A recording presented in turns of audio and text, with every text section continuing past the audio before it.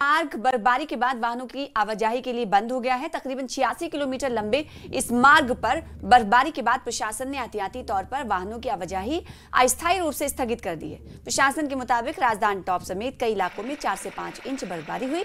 इसके बाद यात्रियों की सुरक्षा सुनिश्चित करने के लिए एहतियातन आवाजाही रोक दी गई। मौसम में सुधार होने पर सड़क को फिर से खोल दिया जाएगा।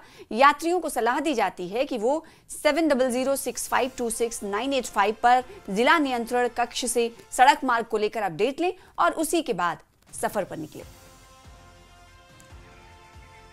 और राजधानी की तस्वीरें आपको दिखाएंगे। जम्मू कश्मीर के कई इलाकों में जैसा कि आपने देखा कि भारी बर्फबारी जारी है, जिससे पर्यटकों के चेहरे तो खिल गए, लेकिन कई जगह पर पर्यटक मुश्किल में पड़ गए। राजधानी टॉप पर भारी बर्फबारी के बीच राजस्थान के पर्यटक बर्फबारी में फंस गए थे, जिन्हें चिनार वॉरियर्स ने बचाकर सुरक्षित जगहों पर पहुंचाया।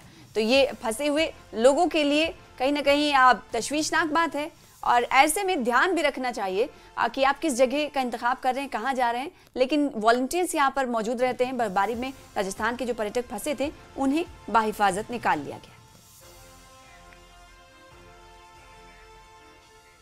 और जम्मू कश्मीर में बर्फबारी से आए मौसम में बदलाव से ठंड बढ़ गई है। कटरा में श्री माता वैष्णो देवी भवन में तड़के हुए बारिश के बाद यहां भी तापमान में भारी गिरावट दर्ज की गई है। ऐसे में श्राइन बोर्ड ने श्रद्धालुओं से अनुरोध किया है कि वो ठंड को ध्यान में रखते हुए गर्म कपड़े साथ लेकर ही माता के दर्शनों के लिए आएं।